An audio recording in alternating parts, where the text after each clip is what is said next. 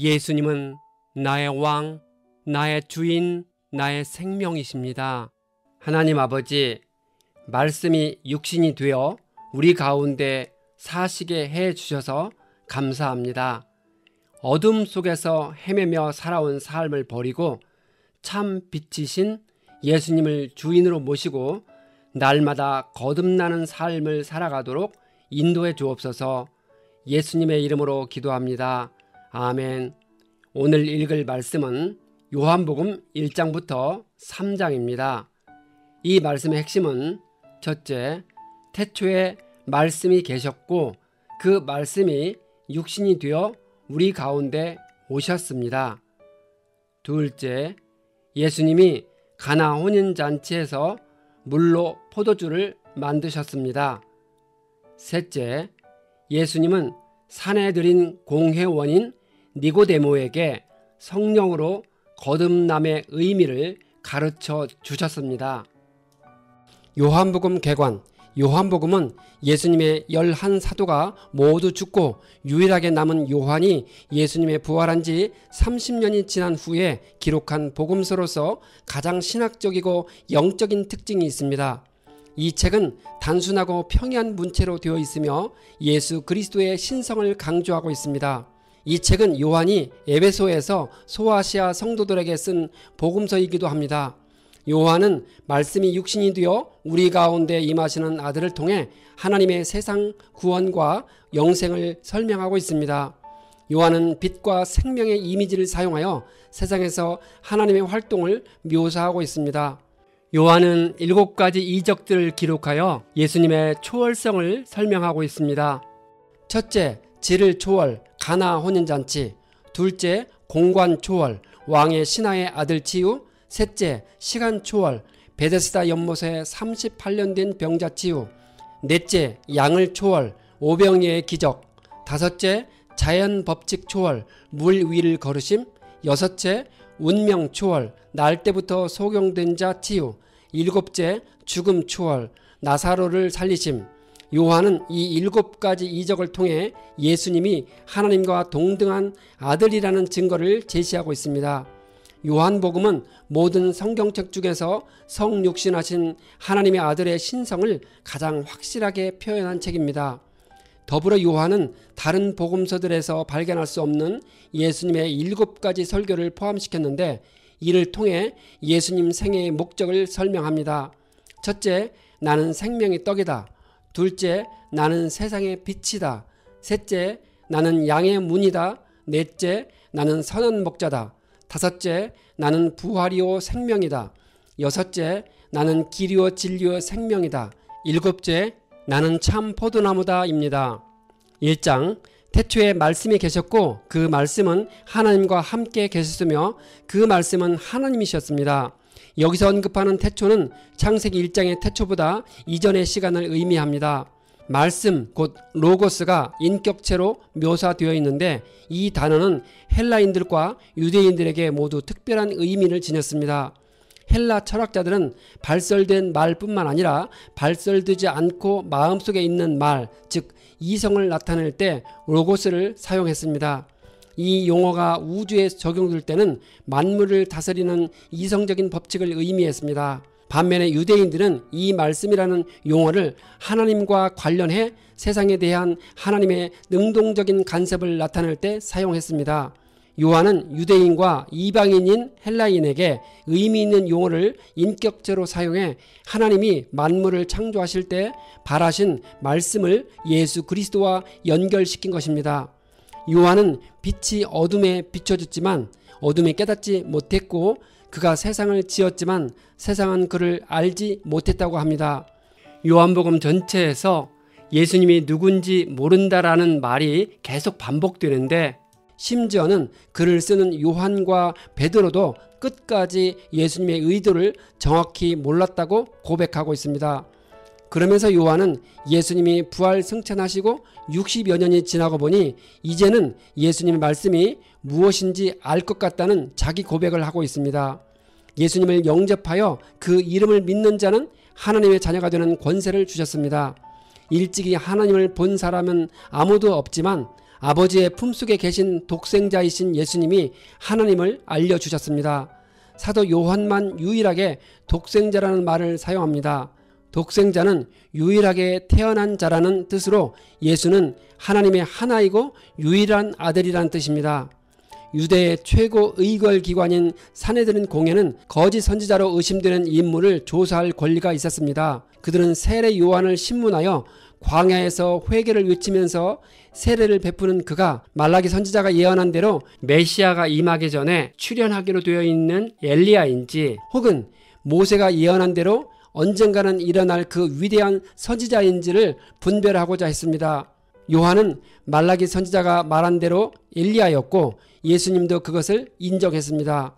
그런데 요한이 엘리야도 아니고 선지자도 아니라고 대답한 이유는 유대인들이 문자 그대로 세례 요한이 구약의 선지자인 엘리야이냐고 물었기 때문입니다.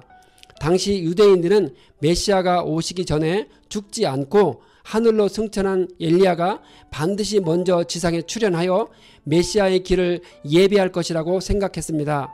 요한은 예수님을 세상죄를 지고 가는 하나님의 어린 양이라고 했습니다. 이 말이 세례 요한의 탄생 목적이기도 했습니다. 양이 백성들의 죄를 사함받기 위해 성전에서 매일 사용되듯이 예수님은 단 한 번에 성취되는 영원한 속죄를 위해 하나님께서 인류를 위해 준비해 주신 고귀한 희생 제물이었습니다. 마태복음에 따르면 베드로와 안드레는 예수님의 부름에 즉각적으로 따른 것으로 되어 있지만 요한의 기록에 의하면 그들은 세례 요한의 제자였다가 예수님을 따른 자들로서 이미 예수님에 대해 잘 알고 있었음을 확인할 수 있습니다. 빌립이 나다나엘을 초대했을 때 나사렛에서 무슨 선한 것이 날 수 있겠느냐는 말로 업신여겼습니다. 나다나엘은 이성적으로 판단하여 메시아라고 소개받은 인물이 나사렛 출신이라는 것을 신임하기 어려웠을 것입니다. 나사렛은 구약에서 언급된 적이 없는 변방의 구석진 마을이고 당시 그곳에는 로마 군대가 주둔하고 있어서 이방신들과 세상 죄악 및 압제가 있었습니다. 이런 요인들로 인해 나다나엘은 나사렛이 메시아의 출현지라는 사실을 받아들일 수 없었던 것입니다. 예수님이 나다나엘과 주고받은 대화에서 하늘이 열리고 하나님의 사자들이 오르락내리락 하는 것을 보리라는 아주 의미 있는 말씀을 하셨습니다. 2장 3일째 되던 날 갈릴리 가나에 혼인잔치가 있었습니다. 예수님의 어머니가 예수님에게 포도주가 떨어졌다고 말했습니다. 예수님은 여자여, 그것이 나와 당신에게 무슨 상관이 있습니까? 아직도 내 때가 오지 않았습니다. 라고 대답했습니다. 예수님은 기적을 행함으로써 자신의 메시아됨을 드러내는 시기를 말합니다. 예수님은 하인들을 시켜 물을 떠다 주어라고 했고 물이 포도주가 되는 기적이 일어났습니다. 예수님은 이 첫 표적을 갈릴리 가나에서 행하셨고 제자들이 주님을 믿었습니다. 표적은 증거 또는 이적이라는 뜻이며 초자연적인 방법으로 진리를 증거하는 것을 말합니다. 우리는 겉으로 드러난 놀라운 이적의 현상에 주목하기보다는 그 이면에 숨어있는 이적의 의미를 깨닫는 것이 중요합니다. 예수님은 물을 포도주로 바꿀 수 있는 분으로 질적인 한계를 초월하신 하나님이심을 보여주신 것입니다. 예수님이 6월절에 예루살렘으로 올라가셨을 때 성전에서 사람들이 행동하는 것을 보고 매우 화가 나서 노끈으로 채찍을 만드셨습니다.